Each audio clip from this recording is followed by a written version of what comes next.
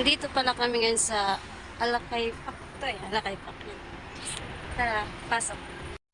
Alam niyo ba yung masakit? Inaya ka pumunta dito. Tapos yung suot mo, nakaputulog ka lang.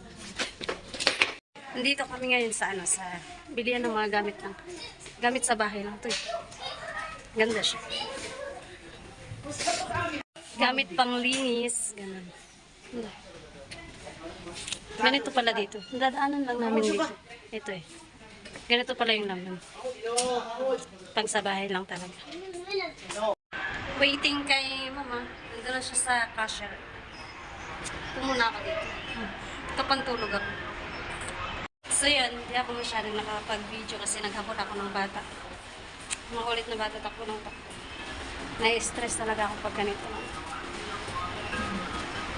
So ayan, lumabas na ako nainis na ako sa bata talaga.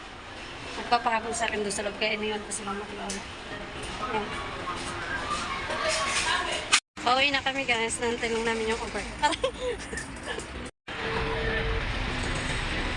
Hindi naman siya saya. Ikaw mo